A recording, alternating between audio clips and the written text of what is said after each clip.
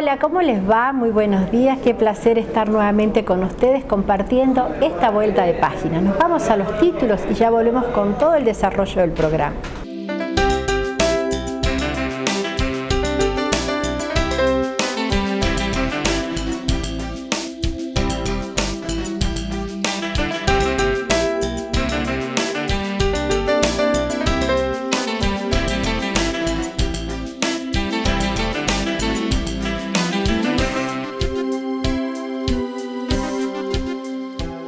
Bueno, seguimos, estamos con el doctor Sergio Chuchuy. Hola Sergio, ¿cómo estás? ¿Cómo estás? Un gusto. Bueno, igualmente. Sergio, vamos a hablar sobre un tema que, bueno, a nadie le gustaría ser víctima de esto, ¿no? Pero lamentablemente muchas veces lo somos y no nos damos cuenta y no sabemos, ¿no?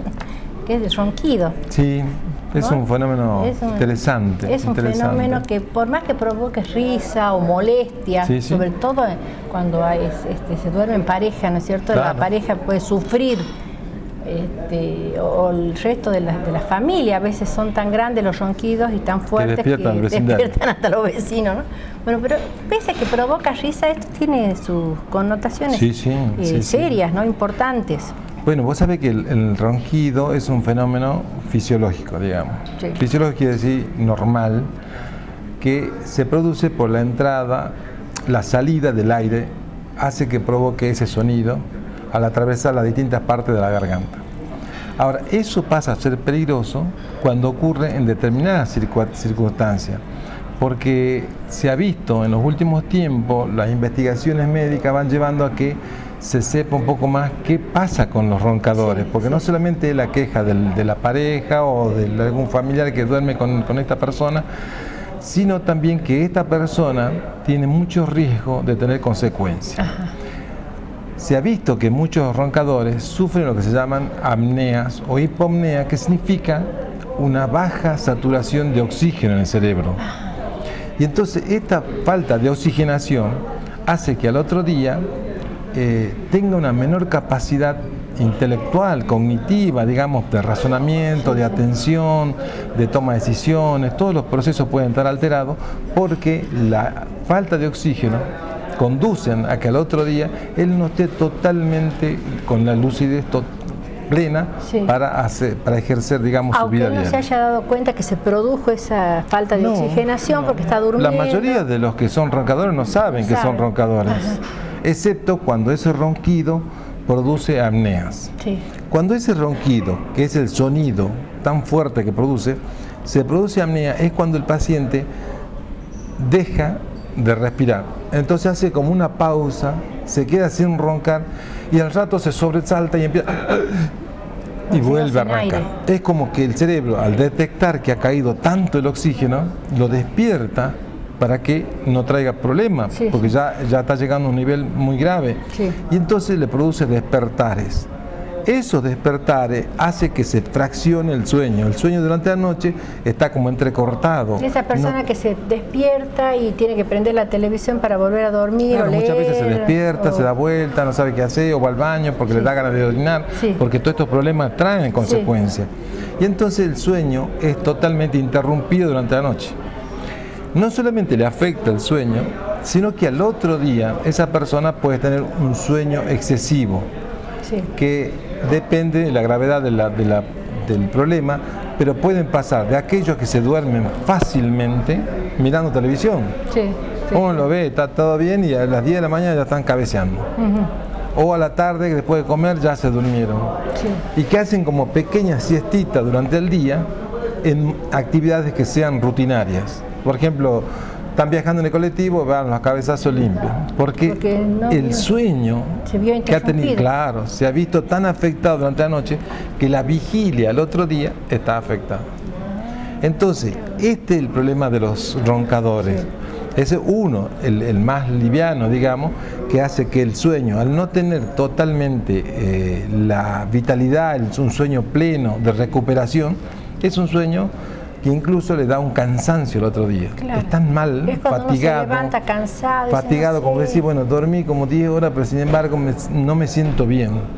Estoy cansado, a pesar que dormí, no estoy lúcido, puedo tener como un cierto dolor de cabeza, ¿sí? y eso tiene que ver con el problema de sueño que ocurre durante la noche. ¿Y cómo se detecta eso? Bueno, primero la queja del paciente, ¿no? Del familiar que va y dice, bueno, pará, le demos valor a esto. No es solamente que sos un roncador, que molestás a la otra persona, sino que esto puede tener consecuencias. ¿Por qué? Porque en personas que están gordas, en personas que son hipertensas, agravan los riesgos, porque se ha visto que estas apneas, esos ronquidos que hacen pausa, hacen que tengan mucho riesgo de sufrir un accidente vascular. Muchos pacientes hipertensos agravan tanto que durante la noche al despertar se encuentran con que están con el accidente cerebrovascular, o sea que le ha quedado la hemiparesia o el déficit que durante la noche se produjo a causa de que la presión alta que la tenían se agrava y esto origina que produzca un accidente cerebrovascular. Le puede producir arritmias cardíacas, infarto de corazón. Infarto puede ser durante la noche. La noche, sí, porque llega a tal caída de oxígeno que esto le trae consecuencias. Entonces, como ve, el ronquido puede ser un hecho peligroso. No hay que minimizarlo. No, yo creo que un defecto sería desvalorizar un síntoma, porque muchas personas desconocen cómo se produce durante el sueño. Vos te imaginas que durante años hemos pasado sin saber cómo era el fenómeno del sueño. Exacto. Entonces uno se imaginaba cosas, los griegos, qué sé yo, a través de las figuras mitológicas interpretaban los sueños, pero en realidad no es así. Tiene su valor porque el sueño es un elemento vital en la recuperación energética. Nosotros nos recuperamos en la medida que dormimos bien. Basta fijarte. ¿Y a qué se debe, Sergio, que por ejemplo a veces uno duerme 10 horas y se levanta cansado? Puede ser también a que es un roncador. Sí, un roncador. Y otras veces que dormí 2 o 3 horas y es suficiente. Hay gente que dice yo duermo 3 horas y... Bueno, el sueño está marcado casi genéticamente. Hay gente que necesita más sueño y otros mucho menos. Y cuanto menos años tenemos, cuanto más años tenemos, cuanto más nos estamos acercando a la vejez, menos dormimos. Por eso las personas mayores a las 6 de la mañana ya están como si nada, y voy a decir, pero quédate a dormir. No es posible, porque ya su reloj cerebral le ha marcado que ese es el tiempo suficiente como para recuperarse del día. Así que esto está genético, y como en los bebés duermen casi todo el día, que a veces se despiertan, además comen y duermen y vuelven a tomar la teta y vuelven a seguir durmiendo, porque en ellos el proceso de crecimiento del cuerpo necesita del sueño. O sea que el sueño es una necesidad. Sí, es una necesidad vital en el individuo. El tema es que uno tiene que llamar la atención a los pacientes que tienen ese ronquido. El ronquido es peligroso porque en una persona que tiene presión alta, que es diabética, que está con obesidad, es un elemento más de riesgo para que esta persona tenga consecuencias.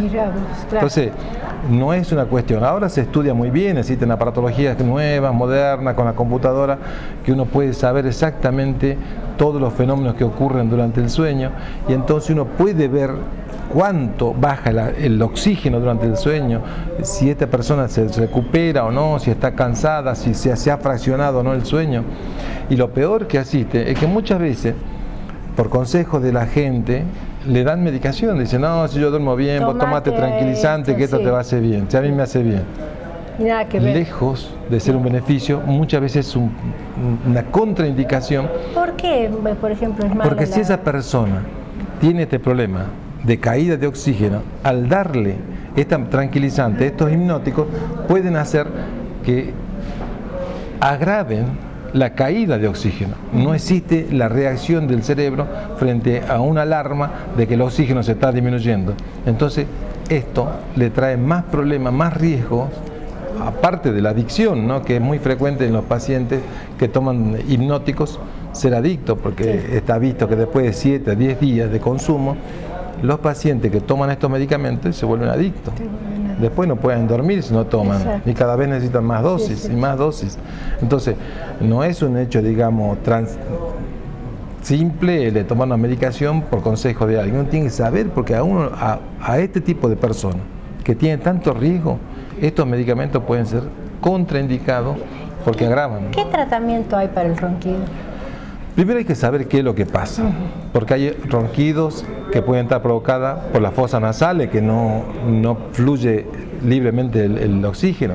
la garganta, problemas respiratorios, el sobrepeso, y hay apnea que se produce a nivel cerebral. O sea, uno tiene que ir viendo a través de su estudio dónde y por qué se produce, para de acuerdo a eso ver cómo se puede corregir.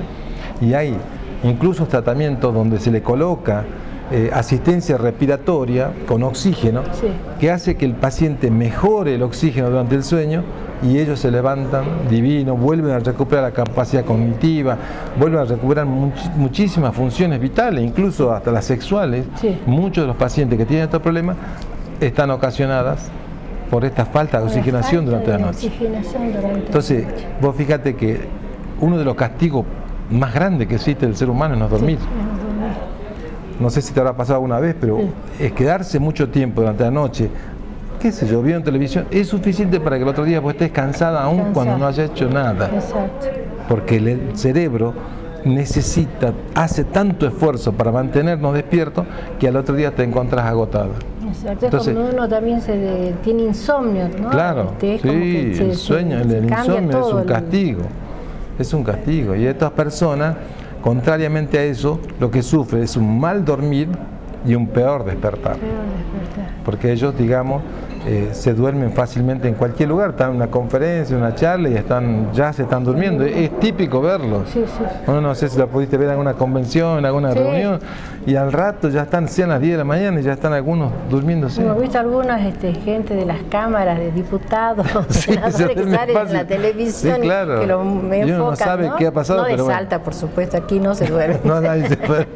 Porque están coqueando.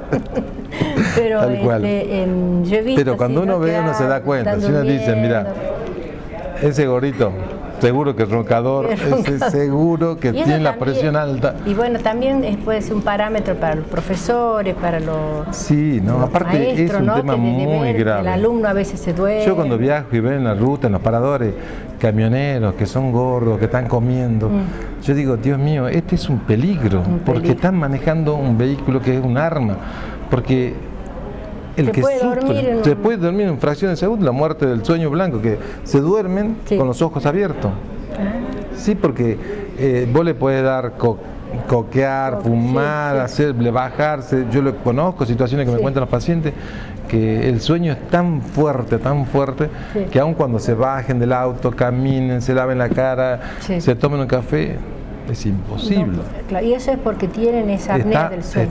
Tiene apnea del sueño muchas veces esta persona y durante el día fácilmente se duermen. Caminos, qué sé yo, largos, aburridos, se duerme con mucha facilidad.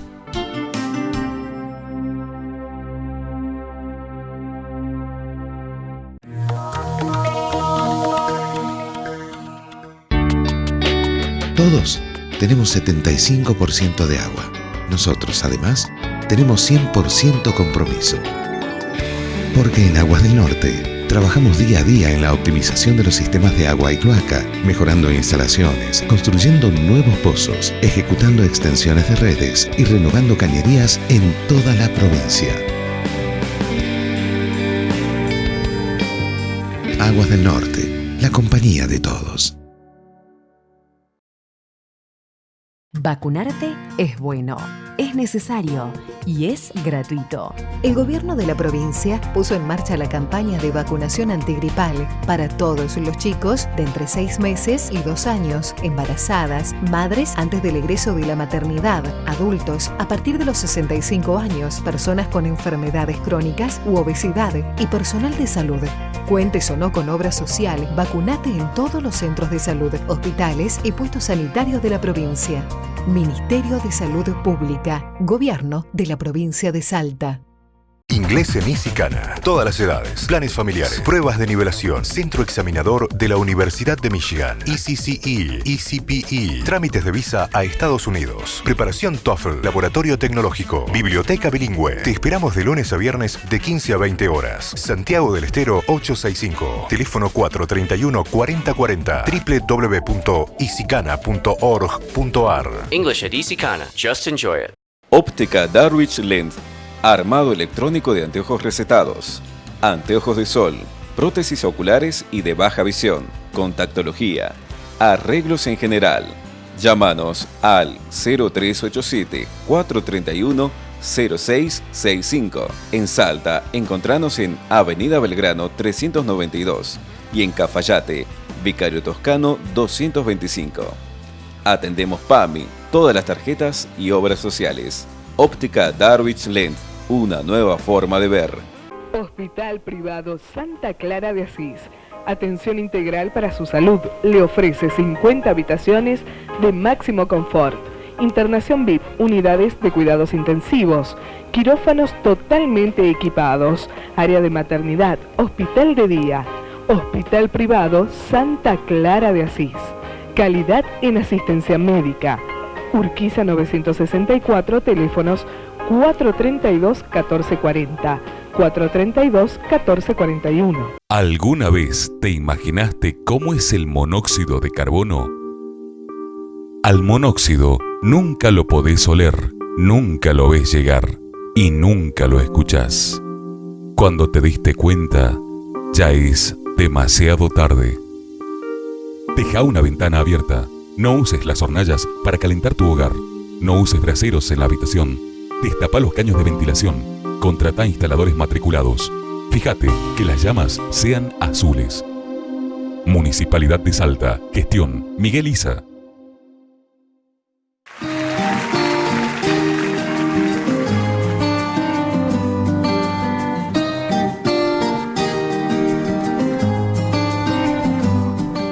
Previsora La Piedad. Servicios sociales, seguros y honras fúnebres. Alberdi, esquina Mendoza. Teléfono 421-4444.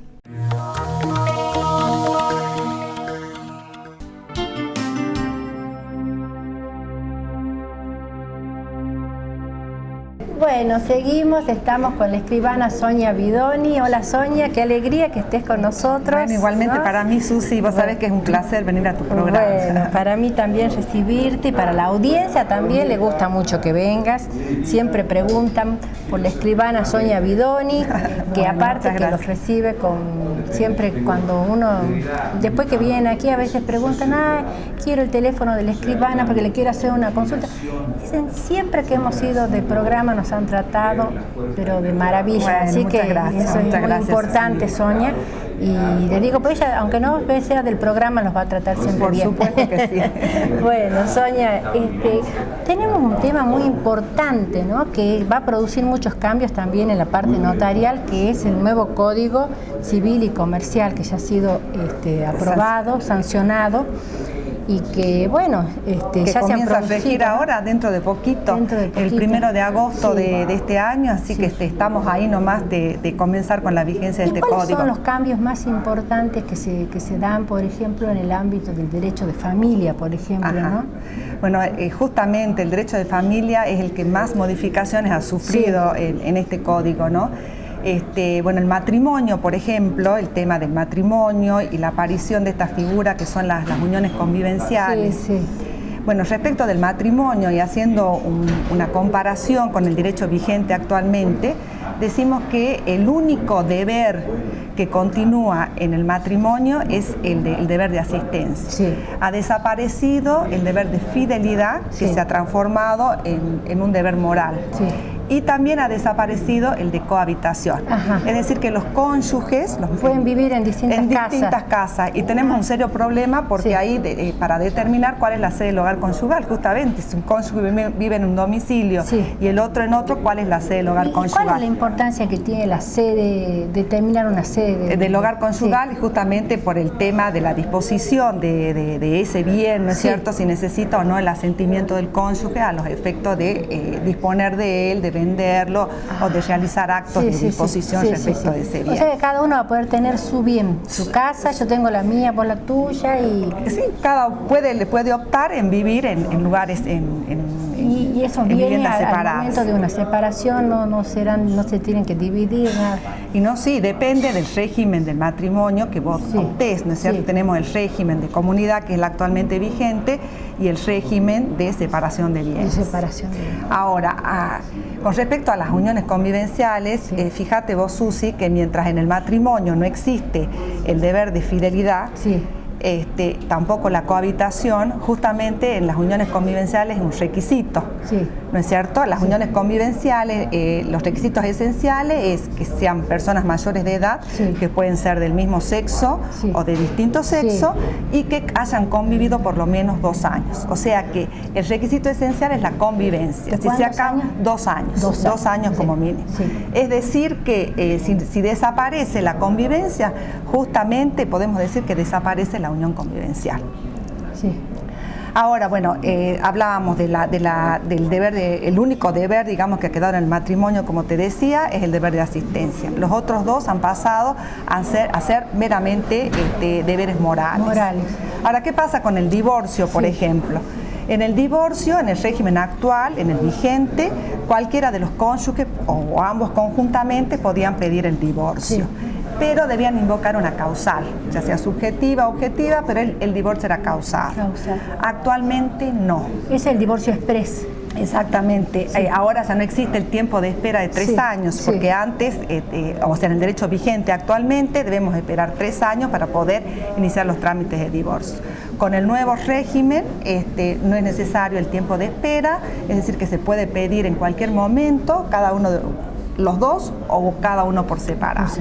Ahora, lo único que hay que agregar, acompañar a esa petición de divorcio, un proyecto regulatorio, ¿no es cierto?, de los efectos de ese divorcio, con respecto a la atribución de la vivienda, con respecto a la división de los bienes, a las compensaciones que mutuamente se tienen que hacer los cónyuges, respecto de alimentos, pero si no hay acuerdo entre las partes, lo va a decidir el juez. Y o sea que el hecho del desacuerdo en este tema no obstaculiza que se decrete el divorcio. El divorcio se decreta sí o sí. Sí o sí. O sea, si no hay acuerdo en estos proyectos regulatorios de los efectos del divorcio, el juez va a ser el que va a decidir al respecto. Bien.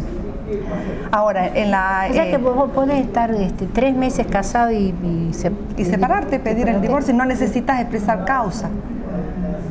No necesitas expresar causa. Haciendo una comparación, por ejemplo, entre el matrimonio y las uniones convivenciales, el matrimonio sigue siendo formal, o sea que tenés que ir al registro civil, te casas en presencia del funcionario público con todas las formalidades de la ley. Las uniones convivenciales no son formales, lo único que se requiere es que sean personas del mismo o distinto sexo, que convivan, mayores de edad por supuesto, y que convivan en el mismo techo por lo menos por 2 años. Ahora, ¿y eso, Sonia, tiene que ser hecho ante algún escribano, algo de la unión convivencial? No, lo que sí se hace es un convenio, ¿no es cierto? Hay que hacer un convenio regulatorio, que va a ser que tienen contenidos patrimoniales y extrapatrimoniales, donde se va a regular sobre todo la parte económica, ¿no es cierto? Porque, digamos, el principio en las uniones convivenciales es la separación de bienes. Cada uno va a disponer y va a administrar de sus propios bienes. Ahora, con respecto a la vivienda familiar, si ese convenio está inscrito, porque se inscribe en el registro de Estado Civil y Capacidad de las personas, necesita el asentimiento del otro conviviente para disponer de esa vivienda y de los bienes muebles que sean indispensables y que estén dentro de la vivienda. O sea, pero acá ya tenemos mucha más libertad en el sentido de que si no va la convivencia, ¿no es cierto? Claro, por eso se extingue en algún momento, que creo que esa era la salida de emergencia que proponían muchos para el matrimonio igualitario. Que no de un matrimonio igualitario, sino una unión convivencial. Bueno, pero cuando hablamos de matrimonio también hablamos de matrimonios de iguales, ¿no? Iguales, sí. El matrimonio de iguales y lo mismo que en las uniones convivenciales. También, o sea, se puede dar la figura también del matrimonio, o sea que se puede optar. ¿En qué sentido?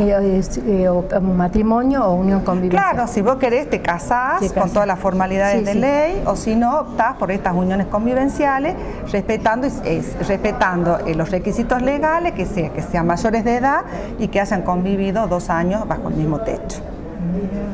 Otra diferencia es que, por ejemplo, el cónyuge tiene derecho hereditario, el conviviente no.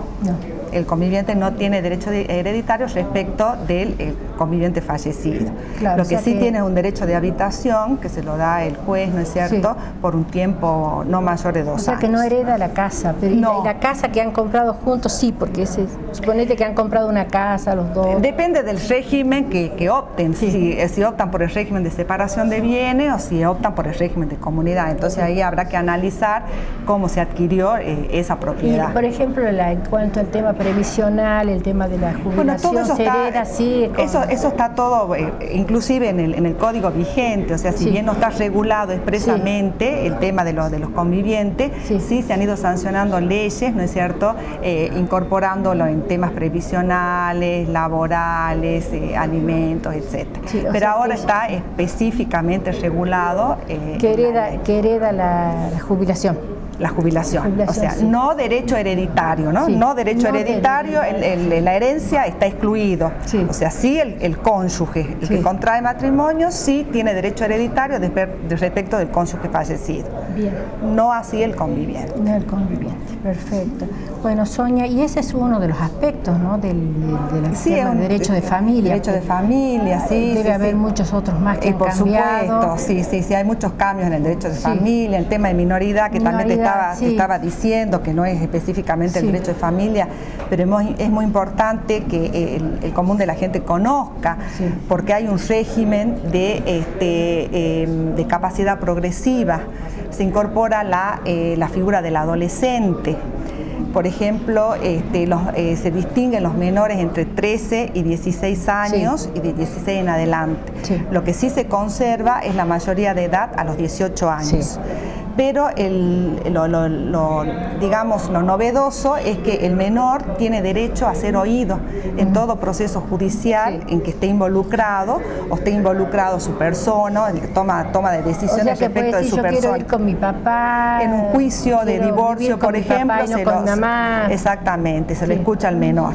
Y después también, en el caso, por ejemplo, de la adopción, también el menor de 10 años es parte en el juicio de adopción. Ajá. ¿Y vos cómo lo ves a eso? En el juicio de adopción, bueno, si justamente la ley dice si el menor tiene la edad y el grado de madurez suficiente, tiene derecho a realizar determinados actos que están expresamente estipulados.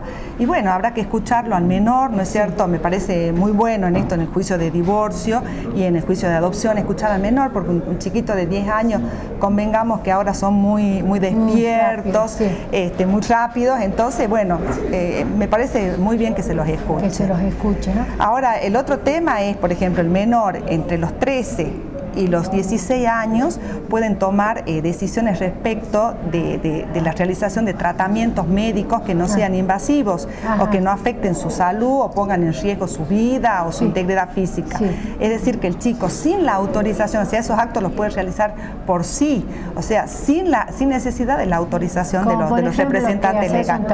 Exactamente. Ponerse un piercing. Exactamente.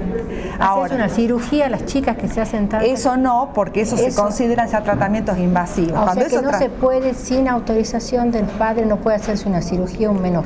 Claro, lo que hace el menor en este caso, que son tratamientos invasivos que puedan perjudicar la salud, la vida, estén comprometidas su integridad física, tienen que prestar el consentimiento, pero necesitan la asistencia de los padres.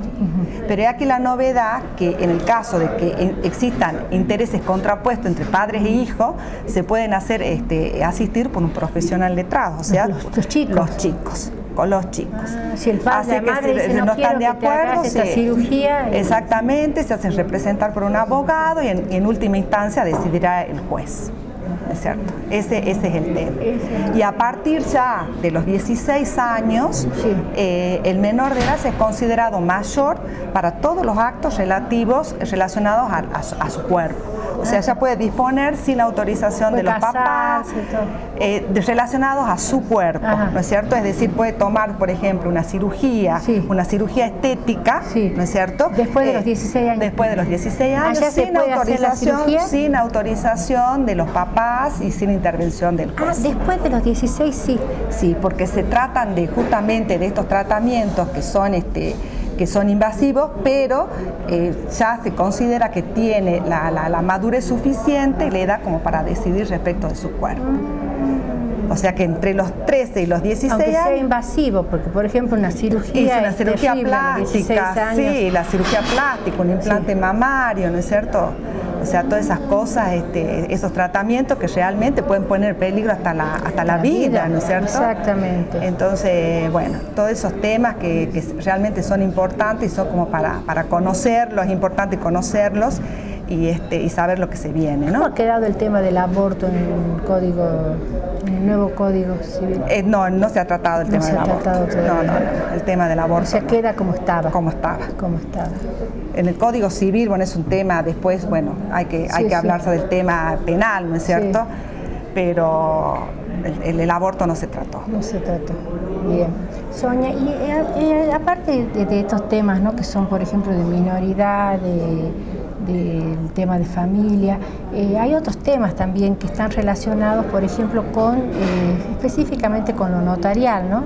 Hay algunos cambios. Sí, notariales, por ejemplo, que bueno, lo que nos lamentamos realmente los notarios es respecto de la donación con aceptación diferida o de la oferta de donación, que realmente no existe en este código, o sea, ese instituto ha sido sacado de la normativa legal. O sea que ya no se puede hacer una donación sin ser aceptada. Exactamente, y bueno, valga la oportunidad para que todos aquellos que hayan realizado una oferta de donación y no la hayan aceptado, concurran a las escribanías a los efectos de realizar, de aceptar esa donación, porque después del 1 de agosto de este año, en caso de que el donante fallezca, ya esas donaciones no pueden ser aceptadas y lamentablemente ese bien va a entrar a juicio sucesorio.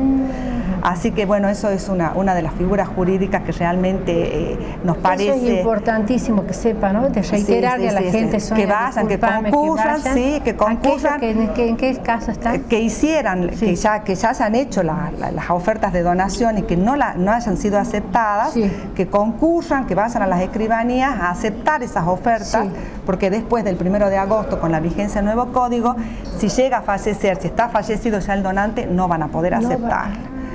Bueno, y de aquí en más, saber, ¿no? Así que y de aquí en más, lamentablemente, ya esta figura jurídica ya no tiene validez, o sea, ya no podemos recurrir a este instituto de aquí en más. Que es tan importante, ¿no? Y bueno, muy beneficioso, porque tenía muchos beneficios. Imagínate poder expresar tu voluntad de donar a tu hijo y que tu hijo a posteriori, inclusive después de fallecido el donante, pueda aceptar esa donación y recién quedar formalizado el contrato.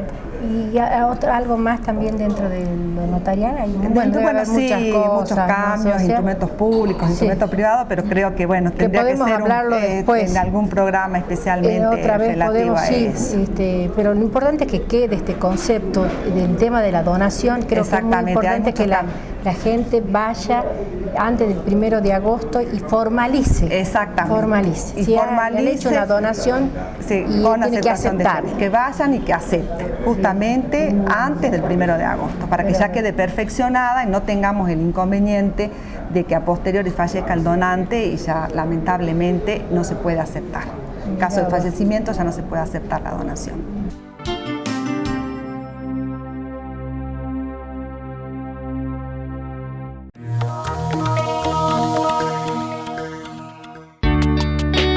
Todos tenemos 75% de agua. Nosotros, además, tenemos 100% compromiso. Porque en Aguas del Norte trabajamos día a día en la optimización de los sistemas de agua y cloaca, mejorando instalaciones, construyendo nuevos pozos, ejecutando extensiones de redes y renovando cañerías en toda la provincia. Aguas del Norte, la compañía de todos. Vacunarte es bueno, es necesario y es gratuito. El gobierno de la provincia puso en marcha la campaña de vacunación antigripal para todos los chicos de entre 6 meses y 2 años, embarazadas, madres antes del egreso de la maternidad, adultos a partir de los 65 años, personas con enfermedades crónicas u obesidad y personal de salud. Cuentes o no con obra social, vacunate en todos los centros de salud, hospitales y puestos sanitarios de la provincia. Ministerio de Salud Pública, Gobierno de la provincia de Salta. Inglés en Easycana. Todas las edades, planes familiares, pruebas de nivelación, centro examinador de la Universidad de Michigan, ECCE, ECPE, trámites de visa a Estados Unidos, preparación TOEFL, laboratorio tecnológico, biblioteca bilingüe. Te esperamos de lunes a viernes de 15 a 20 horas. Santiago del Estero 865, teléfono 431-4040, www.easycana.org.ar. English at Easycana. Just enjoy it. Óptica Darwich Lens. Armado electrónico de anteojos recetados, anteojos de sol, prótesis oculares y de baja visión, contactología, arreglos en general. Llámanos al 0387-431-0665. En Salta, encontranos en Avenida Belgrano 392 y en Cafayate, Vicario Toscano 225. Atendemos PAMI, todas las tarjetas y obras sociales. Óptica Darwich Lens. Una nueva forma de ver. Hospital Privado Santa Clara de Asís. Atención integral para su salud. Le ofrece 50 habitaciones de máximo confort. Internación VIP, unidades de cuidados intensivos, quirófanos totalmente equipados, área de maternidad, hospital de día. Hospital Privado Santa Clara de Asís. Calidad en asistencia médica. Urquiza 964, teléfonos 432-1440, 432-1441. ¿Alguna vez te imaginaste cómo es el monóxido de carbono? Al monóxido nunca lo podés oler, nunca lo ves llegar y nunca lo escuchás. Cuando te diste cuenta, ya es demasiado tarde. Deja una ventana abierta. No uses las hornallas para calentar tu hogar. No uses braseros en la habitación. Destapa los caños de ventilación. Contrata instaladores matriculados. Fíjate que las llamas sean azules. Municipalidad de Salta. Gestión Miguel Isa.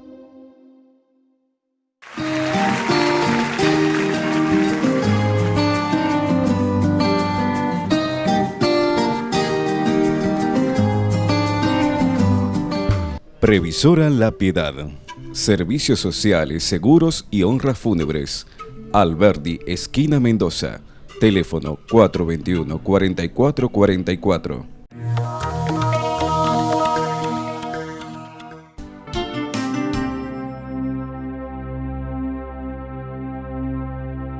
Bueno, seguimos, estamos con el licenciado Harald Roy. Roy, ¿cómo te va? ¿Cómo es una estás, alegría Susi? que estés, aquí. Un gusto para mí estar acá. Porque siempre nos das optimismo. Dentro de todo vos sos un economista muy optimista. Mi naturaleza, es tu naturaleza, que no siempre es fácil, pero aparte de eso vos siempre haces unas buenas predicciones. Yo me estaba acordando cuando veía todo esto de Grecia, digo, esto ya lo había anticipado hace mucho, que vos ya venías anticipando cómo se iban a dar los sucesos en Grecia, ¿no? Sí, era como una historia ya bastante conocida, con un final quizás no tan abierto como algunos pretendían. Sí, pero vos más o menos preveías todo esto que iba a pasar y digo, bueno, se me ocurre que yo lo estoy escuchando a Roy cuando venía y decía, dentro del contexto de Europa, ¿no es cierto? Todo lo de la crisis europea, de Grecia, que era la más, sufría más, o sea, el país que más sufría. Sin lugar a duda. Y estamos viendo actualmente lo mal que está Grecia, que realmente da otro valor a la definición de la famosa tragedia griega, porque la verdad es una tragedia griega. Es una, de punto de vista de personal, lo que están sufriendo los jóvenes, los jubilados, y la impotencia que, igual que acá se ha vivido en el 2001, de no poder sacar el dinero del banco y todas las injusticias sociales que eso provoca, que es realmente espantoso y terrible. ¿Por qué se llegó a esto, Roy? Mira, es difícil de verlo, pero yo personalmente lo atribuyo a mala gestión, malos políticos. Yo lo diría claramente. Porque ¿de dónde viene? Porque Grecia, curiosamente, es un país que aprovechó mucho del euro. Dejamos de lado que los griegos falsificaron los números del presupuesto para poder entrar al euro, pero Grecia al principio tuvo un auge muy fuerte, que se supone que es gracias al euro. Y luego en los últimos 8 a 10 años sí tuvo un bajón muy significante, y eso combinado con malas recetas de cómo reducir su deuda y malos gobiernos. Ahí vamos, no solo políticos, también mala administración. Mala administración, esa es la palabra. Los actores institucionales, tanto financieros como políticos, no necesariamente han tomado las mejores decisiones. Para no echar la culpa a un actor, porque eso sería demasiado simple. Pero también hay que rescatar que la situación actual también nace de un cambio de gobierno, y la primera cosa que hizo el nuevo gobierno fue incorporar más funcionarios públicos, aumentar el gasto, las jubilaciones, que en sí mismos no son malos, pero si no tengo caja, ¿por qué tomo tanta gente nueva si yo sé en realidad, o como persona pensante debería saber que el día de mañana no voy a tener dinero?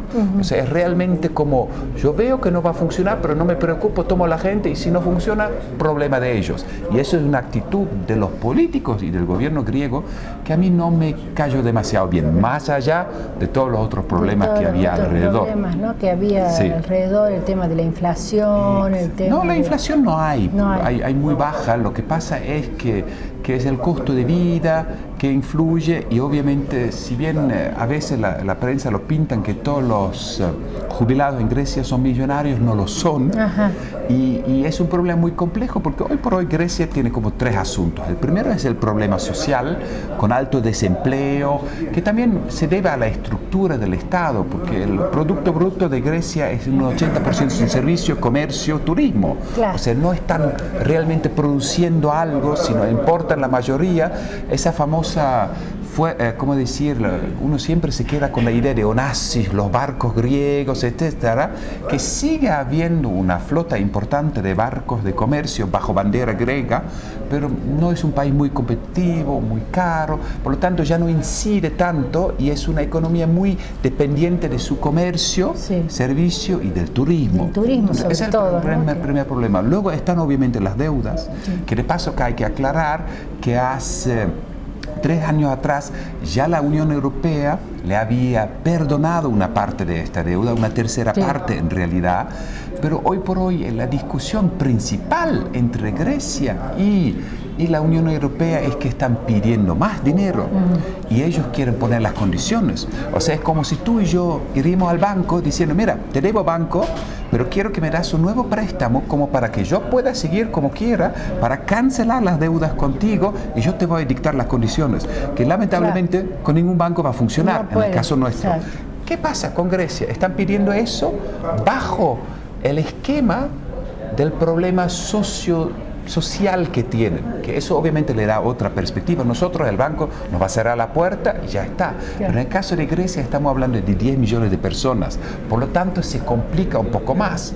Pero ahí también... Porque hay una voluntad del Fondo Monetario de ayudar, ¿no? La Unión Europea armó un fondo de ayuda específicamente para Grecia, que eso ya contractualmente se está terminando, pero ahora piden más ayuda, que creo que en el fondo, tengo entendido, en el fondo ningún país europeo se lo quiere negar, pero sí quiere ver las condiciones. Yo te lo presto bajo esta y esta condición, y en la gran discusión hoy por hoy, la pelea no es por la deuda, no es por eso ni por lo otro, sino realmente es por las condiciones, y eso también explica y eso demuestra el manejo político de la autoridad de griegos, que en realidad ellos hicieron el referéndum que dio negativo con un 61%, rechazando las condiciones de la Unión Europea como para forzar otras condiciones. Ahora el problema también es, y hay que entender, el que presta plata quiere que asegurarse que devuelva la plata. Y por lo tanto el poder saltarse de todas las condiciones propuestas me parece muy difícil. Hoy por hoy, te voy a ser muy sincero, también yo solo veo la salida de Grecia del euro como única forma de solventar todo eso, porque también en una economía que es tan dependiente de su servicio y comercio, el no poder hacer su propia política monetaria, como no lo puede hacer Grecia como miembro de la Comunidad Europea, le impide una salida fácil a través de la devaluación, porque un país que puede devaluar luego se vuelve mucho más atractivo afuera. Eso no lo pueden hacer, entonces mantienen su nivel de costos que no lo pueden cambiar. Entonces yo hoy por hoy veo que aunque eso se tarde y están buscando y decían que está la voluntad y que lo van a hacer, a mí me parece que no se van a arreglar. Eso es lo que, espero equivocarme esta vez, claro. pero es la impresión una que salida se me da. para También ellos, tenés ¿no? que ver los números fríos. Grecia, más allá de sus 10 millones de personas, más allá de los problemas sociales increíbles que eso significa, no incide en la Unión Europea. El peso del Producto Bruto griego en la Unión Europea es el 1.2%. Es como Salta en cuanto a la relación a la Argentina. O sea, si comparas la importancia de Salta en cuanto a su importancia económica, ni siquiera voto económica, con Buenos Aires capital, provincia, Córdoba y Santa Fe, es la misma relación entre la Unión Europea y Grecia, o sea, su peso es muy insignificante en la Unión Europea.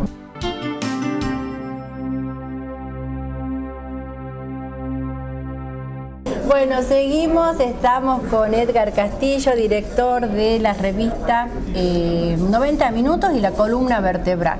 2 revistas. Así Digamos es. que podríamos decir que tenés un multimedio, Edgar, ¿no? Así es, Susi, ¿qué tal? Muchas gracias por esta invitación. Favor, un placer que estés aquí, un gran periodista. Y bueno, hace tiempo que nos conocemos, desde la época de la facultad en la Universidad Católica. Sí. Tenemos tantos recuerdos que hemos vivido en común. Y hemos ejercido juntos el periodismo en Radio Nacional también, hemos ejercido ¿no? juntos en Radio Nacional, estuvimos siempre estamos en contacto, no solamente en reuniones de periodistas, sino también en reuniones oficiales, privadas, etcétera, etcétera.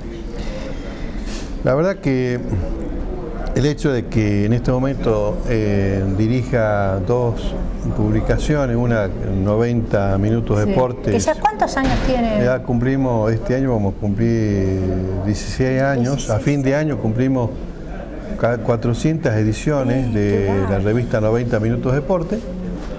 Es decir, una trayectoria con idas y venidas, con contratiempos, pero bueno, estamos logrando que, o mejor dicho, es el único medio gráfico dentro del ámbito deportivo que se mantiene al día de hoy, porque han aparecido numerosos revistas, publicaciones del ámbito deportivo que no han durado mucho tiempo, 6 meses, 1 año, 2 años. En cambio, revista 90 Minutos Deporte es la única revista especializada en deporte que nos mantenemos hasta el día de hoy. Cierto, y creo que es la primera que salió a nivel deportivo en Salta, ¿o había otra ya? No, había ya otras revistas en ese momento. Me acuerdo yo que en ese momento nosotros no competíamos, porque no competíamos, la verdad. Era, por ejemplo, Entre el Tiempo Deportivo, que ya nos llevaba una diferencia muy grande en cuanto a impresión, en cuanto a la cantidad de páginas. Y yo siempre decía, bueno, algún día llegaré a ese nivel, me refiero a la calidad de impresión. Y bueno, hemos llegado nosotros vamos a llegar a fin de año a las 400 ediciones, que realmente es un cúmulo de experiencia, de anécdotas, y esto demuestra que uno, digamos, la pasión, digamos, por el periodismo lo lleva muy adentro. Vos sos un apasionado del periodismo, ¿no? Yo me considero siempre haciendo lío en el periodismo, Edgar, siempre me acuerdo, haciendo notas gremiales, políticas,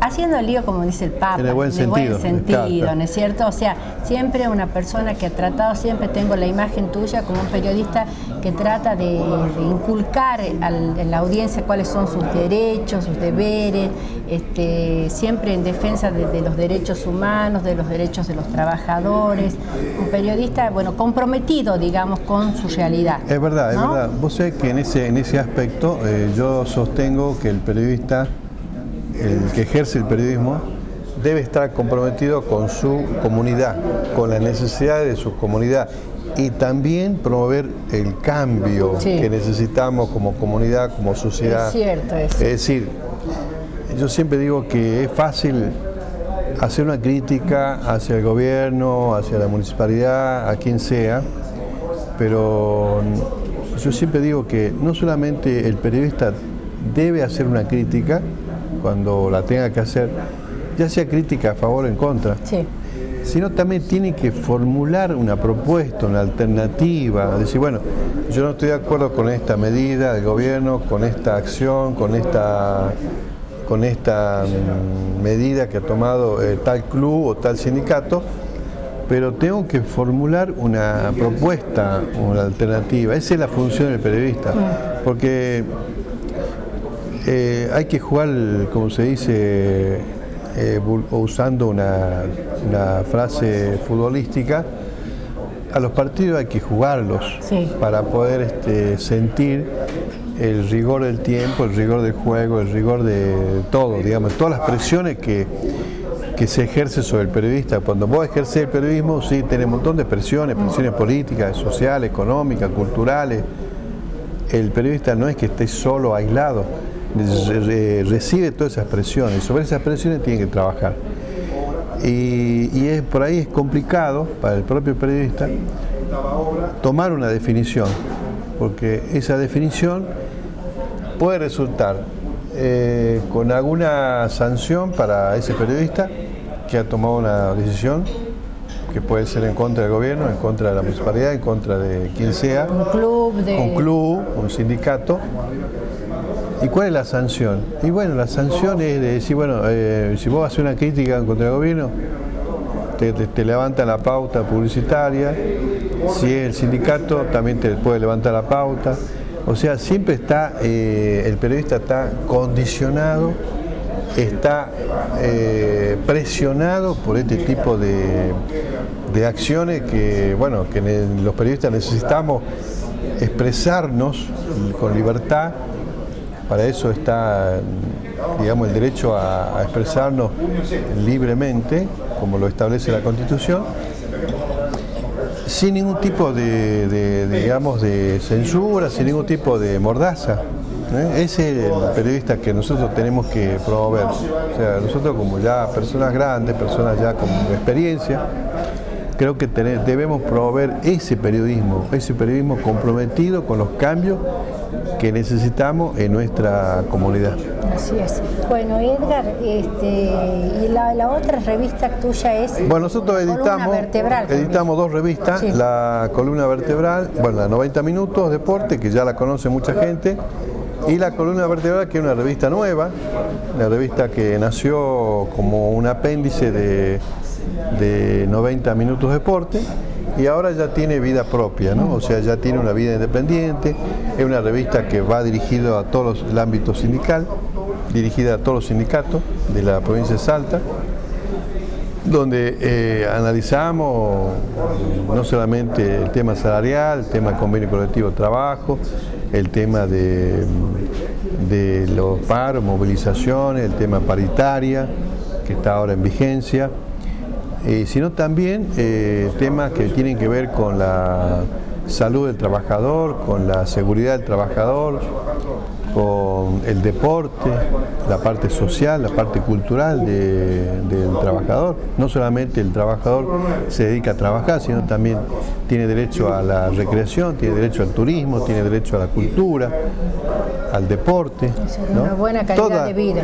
Toda una gama así de temas que nosotros desarrollamos en esta revista, La Columna Vertebral. Bueno, ¿y qué tiene salida mensual? Tiene una salida, son ediciones impresas mensuales, también estamos en las redes sociales, está en Facebook, en Twitter, y también tenemos nuestra página web, donde están las dos revistas. ¿Las pueden, ¿Cómo se llama la página es www.g90multimedios.com.ar. En ese sitio están las dos revistas, o sea, vos entras a ese sitio podés leerlas y las podés leer las dos revistas tranquilamente, y aparte se actualiza con toda la información, tanto el ámbito deportivo como el ámbito sindical. Muy bien, bueno, muy completas, ¿no? Porque toda la actividad deportiva... Procuramos que tener mucha actividad social, actividad social. Actividad, por ejemplo, el tema recreativo, el tema del turismo. Hay mucha promoción de la familia también. Promoción de la familia, ¿no? La idea es de ir ampliando e incorporando secciones, como por ejemplo la tercera edad, el tema del turismo en los gremios, el deporte en los gremios, que también se desarrolla en forma periódica. Hay sindicatos que tienen sus campeonatos de fútbol, por ejemplo, el Sindicato de Comercio, el sindicato ATE, por ejemplo, que organiza Olimpiadas todos los años, y así cada sindicato tiene no solamente una actividad social, sino deportiva. Claro, es muy importante que se conozca lo que hacen los gremios. El objetivo es eso, que la columna vertebral sea una herramienta de comunicación entre todos los afiliados de cada sindicato. Con ese objetivo nació este apéndice, que ahora ya es una revista totalmente... Ya tiene vida propia, ¿no? La totalmente independiente. Ya se habla de ella. Únicamente ya tiene su vida propia, como te decía, y que ya circula totalmente en dos ámbitos diferentes.